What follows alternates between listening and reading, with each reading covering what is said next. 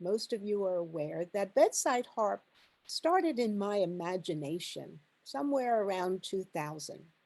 Having taught music from the time I was 18 years old, my idea was to work out of a healthcare facility where I would play for patients, visitors, and staff, teach staff and the community how to play the harp, first for their own healing, and then, if they wished to train and certify them to play in healthcare. Back then, few in this country, or anywhere else for that matter, had ever heard of harp therapy, much less of harpists playing at the bedside in hospitals, hospices, nursing homes, and long term care facilities.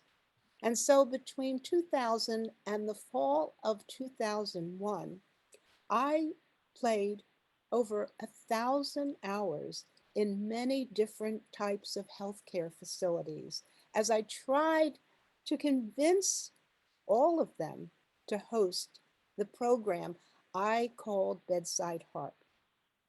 Wherever I played, the responses I got from patients were heartwarming, of course, and you know, really profound in some cases.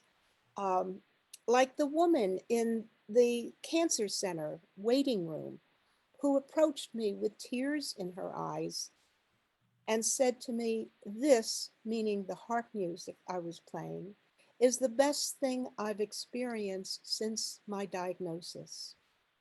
And the patient in the ER, who had been highly agitated and angry at everyone who approached her, who, when I began playing, calmed down, inhaled the gentle sounds of my harp, and told the nurse, "I don't need any pills to relax. I just need this music." So wherever I went, I pretty much had experiences like this, but none of them was willing to pay for the program. And then 9/11 happened. And after that, the anthrax poisoning at Hamilton, New Jersey's post office. A week later, after witnessing patients' responses as I played at Robert Wood Johnson University Hospital in Hamilton, Diane Grillo, Sheila Birnbaum, and the CEO, Christy Stevenson, invited me to make that dream of mine come to life at their hospital. And thus, Bedside Harp came into being. We are and will forever be so grateful to this hospital and to the administrators who 20 years ago recognized that what we do for their patients, visitors, and staff is both valuable and necessary.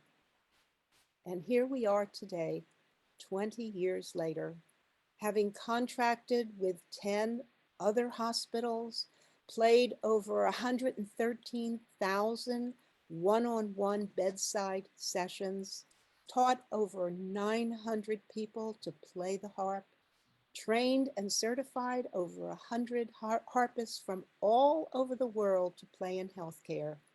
And we are still at Robert Wood Johnson Hamilton because they continue to value our work and our effectiveness. We are and will forever be grateful to them. In 2005, our Living Legend Award came into being to honor and to show our deep gratitude to those hospital administrators who recognized and supported our work. Understandably, many whom we've named our legends are from Robert Wood Johnson Hamilton, Christy Stevenson, who was former president and CEO, Diane Grillo, vice president, Kathy Gable, volunteer manager, and in 2019, the current CEO, Richard Friedman. This year, I'm honored to present it to Ted Taylor, the hospital's director of both chaplaincy and volunteer services as well. Balancing both departments this year has been extraordinarily challenging, to say the least. And we are so indebted to him for everything he's done and continues to do in our behalf. Ted, a million thanks to you and congratulations. This is your trophy, Thank you so much. which I will get to you next week.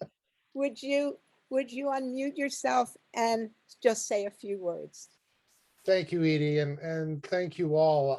I'm honored, and I'm not quite sure what to say. I stand in the line of so many people who have facilitated and undergirded and supported your important work. So thank you. I think it was also impressive, Edie, that you and I and your program got mentioned in national news this year too. So that to me was just I ride on your coattails actually as my first quote in the New York Times. So I don't know what to say. It has been a rough year. You all were missed at Hamilton. And as soon as the harpists were able to come back into the building several months ago, I think there was a collective sigh of relief from the staff that somehow we were able to do something so important and something that was missed. So I was glad to, in whatever way that I could, to be part of making sure that that happened. And you know that you have my undying love and prayers for ongoing success. So thank you. Thank you. Thank you so much, Ted.